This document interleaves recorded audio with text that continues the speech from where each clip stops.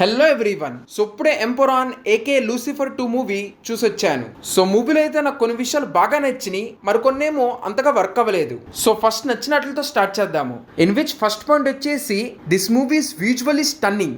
ఏదో జస్ట్ మాట వరుసగా అంటలేదు, నిజంగా ఈచ్ అండ్ ఎవ్రీ ఫ్రేమ్ చాలా బాగుంది. అంటే నిజంగా కొన్ని ఫ్రేమ్స్ అయితే హాలీవుడ్ స్టాండర్డ్ ఇలా అనిపించినాయి. ఇలా అనిపించడానికి ఒక రీజన్ డెఫినెట్లీ సినిమాటోగ్రఫీ బాగా వర్క్ అయింది. దాంతో పాటు కలర్ గ్రేడింగ్ కూడా కరెక్ట్ గా చేశారు అండ్ అందుకే it was very I pleasing. And రెండోది డెఫినెట్లీ వీళ్ళు పెట్టిన ఎఫర్ట్స్. నాకు తెలిసి మన దగ్గర ఎవరు ఎంత ఎఫర్ట్స్ అయితే పెట్టరు. అంటే స్క్రీన్ మీద చూపించిన ప్రతిదీ కూడా ఇట్ ఫెల్ట్ వెరీ రియల్. అంటే నాకు తెలిసినంత వరకు మరీ కనపడేట్టు ఎక్కడ వీళ్ళు గ్రీన్ స్క్రీన్ వాడలేదు. చూపించిన మోస్ట్ ఆఫ్ ది సీన్స్ అన్ని కూడా రియల్ గా వీళ్ళు లైవ్ లొకేషన్ లో షూట్ చేశారు అనుకుంటా, ఆర్ అట్లీస్ట్ మనం అలా ఫీల్ అయ్యేట్టు చేశారు. అంటే ఈ మూవీలో లండన్, స్పెయిన్, టర్కీ ఇలా చాలా కంట్రీస్ లో కొన్ని సీన్స్ చూపిస్తారు అండ్ అవన్నీ కూడా చాలా బాగున్నాయి. సో ఫస్ట్ పార్ట్ కంటే సెకండ్ పార్ట్ లో ఏ బడ్జెట్ అయితే పెంచారో అదంతా కూడా స్క్రీన్ మీద చాలా క్లియర్ గా నీట్ కనపడింది. ఇంకా నాకు నచ్చిన రెండో పాయింట్ వచ్చేసి presence of Mohan Lal. So ఈ మూవీలో మెయిన్లీ మోహన్ లాల్ మీద ఎక్కువ ఫోకస్ చేస్తారు. లైక్ తన బ్యాక్ స్టోరీ ఏంటి, ఆర్ ఫస్ట్ పార్ట్ తో తన స్టోరీ ఎలా కంటిన్యూ అవుతుంది, ఇదంతా కూడా. బట్ మూవీలో మోహన్ లాల్ వచ్చేసి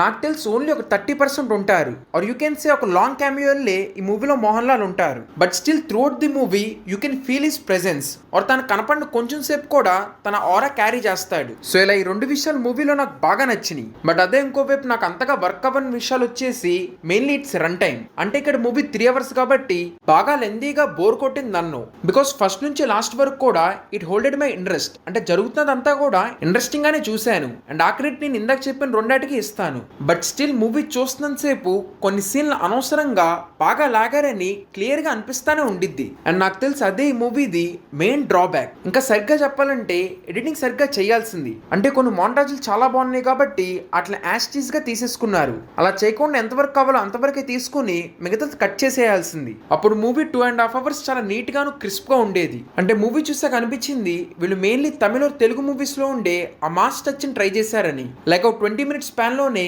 హీరోది ఒక 2 or 3 ఇంట్రోస్, స్లోమోలో వాకింగ్ అండ్ అలాగే మూవీలో ఏదైనా మేజర్ గా జరగగానే అందరు రియాక్షన్ చూపించడం, ఇలా కొంచెం డిఫరెంట్ గా ట్రై చేశారు. బట్ డెఫినెట్లీ ఇవే ఈ మూవీ మెయిన్ మైనస్. బికాస్ ఇవి కొంచెం ఎక్కువైపోయినాయి. అంటే లైక్ సరిగ్గా ఫస్ట్ హాఫ్ తీసుకుంటే ఫస్ట్ హాఫ్ లో స్టోరీ ఆల్మోస్ట్ ఒక 20 to 30 minutes కదిలిద్ది అనుకుంటా. మిగతా మోస్ట్ ఆఫ్ ది టైం మొత్తం కూడా తర్వాత జరిగేదానికి వీళ్ళు అలా బిల్డ్ చేసుకుంటూ వెళ్ళారు. సో ఈ స్టైల్ వీళ్ళు కొత్తగా ట్రై చేశారు కాబట్టి అంతగా వర్క్ అవ్వలేదు. ఇన్ఫాక్ట్ మన వైపు ఆడియన్స్ అందరికి కూడా ఈ స్టైల్ బాగా చూసి అలవాటు అయిపోయింది. సో అందుకే మన దగ్గర అంతగా ఎపీల్ ఉండకపోవచ్చు. బట్ అదే మలయాళం ప్యాసివ్ స్టైల్ కి చాలా డిఫరెంట్ గా ట్రై చేశారు కాబట్టి అక్కడ చాలా హైప్ అనేది క్రియేట్ అయ్యిద్ది. రెండోది అంతగా వర్క్ అవ్వని విషయం వచ్చేసి స్టోరీ టెల్లింగ్. అంటే మీరు ఫస్ట్ పార్ట్ తీసుకుంటే అక్కడ స్టోరీ టెల్లింగ్ అనేది చాలా గ్రిప్పింగ్ గా ఉండిద్ది. అంటే స్క్రీన్ మీద పెద్దగా ఏం జరగకపోయినా స్లోలీ తీసుకున్న చిన్న చిన్న పొలిటికల్ డెసిషన్ తోనే మొత్తం స్టోరీ అంతా కూడా గ్రిప్పింగ్ గా మారిద్ది. బట్ అది ఈ మూవీ తీసుకుంటే అలా ఎక్కడ పెద్దగా జరగలేదు. అంటే చూడడానికి ఇంట్రెస్టింగ్ గా అనిపించినా గానీ ఎక్కడ స్టోరీ బాగా గ్రిప్పింగ్ గా అసలు నెక్స్ట్ ఏం జరిగిద్దని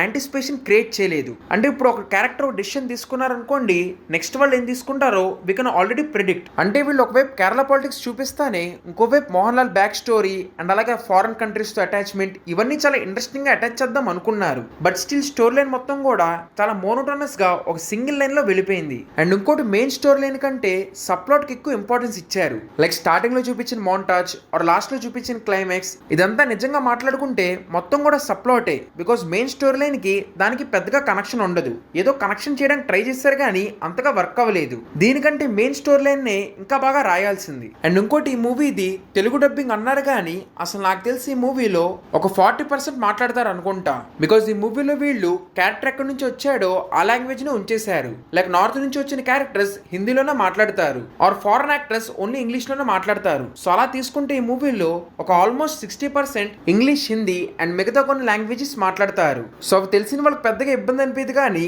అవి తెలియని వాళ్ళు సబ్ టైటిల్స్ చదువుకోవాలి. సో పెద్దగా చదవాలంటే నాకు తెలిసి కొంతమందికి ఇబ్బందిగా అనిపించవచ్చు. సో ఇలా ఓవరాల్ కొన్ని విషయాల మూలన ఈ మూవీని మలయాళం ఇండస్ట్రీ నుంచి వచ్చిన కేజీఎఫ్ లెవెల్ మూవీ అయితే అనలేము. సో అలా ఫస్ట్ పార్ట్ కంటే స్టోరీ పరంగా కొంచెం డౌన్ గ్రేడ్ అయినా కానీ స్కేల్ పరంగా చాలా పెద్ద అప్గ్రేడ్. సో ఓవరాల్ నేనైతే ఒకసారి ఖచ్చితంగా ట్రై చేయొచ్చు అంటాను. మెయిన్లీ ఫస్ట్ పార్ట్ చూసిన వాళ్ళైతే ఖచ్చితంగా ఒకసారి ట్రై చేయొచ్చు. సో ఇంకొప్పుడు కొంచెం స్పాయిలర్ విషయాలు మాట్లాడతాను. మూవీ చూడని వాళ్ళు ఇక్కడ వరకు చూసి ఆపేయండి. సో నేను ఇందాక చెప్పాను చూడండి, కొన్ని విషయాలు కొంచెం కట్ చేస్తే బాగుండేదని. ఆ పాయింట్ డెఫినెట్లీ ఫస్ట్ చూపించిన మోంటాజ్ ఖచ్చితంగా అప్లై అయ్యిద్ది. అంటే నో డౌట్ ఆ మోంటాజ్ చాలా ఇంపాక్ట్ఫుల్ అయిన మోంటాజ్. కానీ స్టిల్ ఆ మోంటాజ్ లో కొన్ని సీన్లు ఈజీగా కట్ చేయొచ్చు. Because because movie overall story తీసుకుంటే మొత్తం కేరళ పాలిటిక్స్ మీద. ఇక్కడ పృథ్వీరాజ్ బ్యాక్ స్టోరీ ఒక పాయింట్ బి లాంటిది. సో అప్పుడు డెఫినెట్లీ పృథ్వీరాజ్ స్టోరీ ఖచ్చితంగా బ్యాక్ సీట్ తీసుకునిద్ది. బట్ ఆ స్టోరీకి వీళ్ళు ఎక్కువ ఇంపార్టెన్స్ ఇచ్చారు. లైక్ స్టార్టింగ్ లో మాంటేజ్ చూపించారు అండ్ అలాగే క్లైమాక్స్ కూడా అటే తీసుకువెళ్లారు. సో ఆ మొత్తం సీన్ కొంచెం తక్కువ సేపు చూపించి కూడా అదే ఇంపాక్ట్ క్రియేట్ చేయొచ్చు. బట్ వీళ్ళు అలా చేయలేదు. దాని మూలన మెయిన్ డిసడ్వాంటేజ్ వచ్చేసి స్టార్టింగ్ అంత ఇంపాక్ట్ఫుల్ మాంటేజ్ చూసేసరికి నెక్స్ట్ దీనికన్నా హై ఏదైనా వచ్చిద్దని I was continuously expecting. Because first చూసింది అలా గుర్తుండిపోయింది. కానీ ఆ తర్వాత ఏ సీన్ కూడా ఇంత హై ఇవ్వలేదు. సో అదంతా కూడా కొంచెం రివర్స్ గానే ప్లే అయ్యింది. అండ్ అలాగే ఫీమేల్ పోలీస్ ఆర్క్ కూడా మేబీ థర్డ్ పార్ట్ లో ఎక్కువ ఉండొచ్చేమో.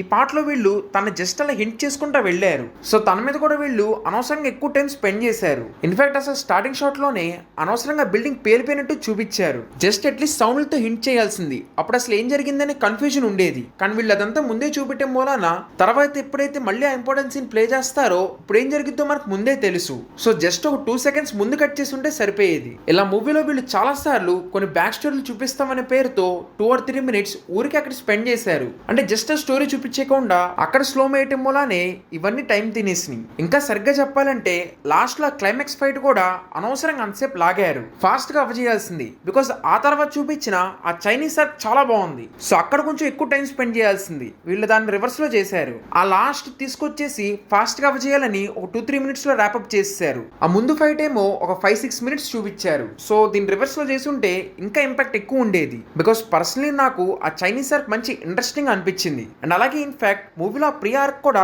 చాలా బాగుంది. మెయిన్లీ తను అరెస్ట్ చేసి తీసుకువెళ్లే సీన్ కూడా బాగా వర్క్ అయింది. ఇన్ఫాక్ట్ అసలు లాస్ట్ లో వాళ్ళ కొడుకైన ప్రణవ్ మోహన్ లాల్ చూపిస్తారని నేనైతే అసలు ఎక్స్పెక్ట్ చేయలేదు. So that was really a surprising moment. ఇలా మూవీలో సీన్ల పరంగా కొన్ని బాగున్నాయి. బట్ చెప్పా కదా టైం తినేశారు. సో అందుకే ఓవరాల్ మూవీ అయితే నాకు యావరేజ్ అనిపించింది. So these are my thoughts. మీకు కనుక ఇవి నచ్చుంటే please like, share and subscribe. ఇంకా థ్యాంక్ యూ ఎవ్రీవన్. నెక్స్ట్ వీడియోలో కలుద్దాం.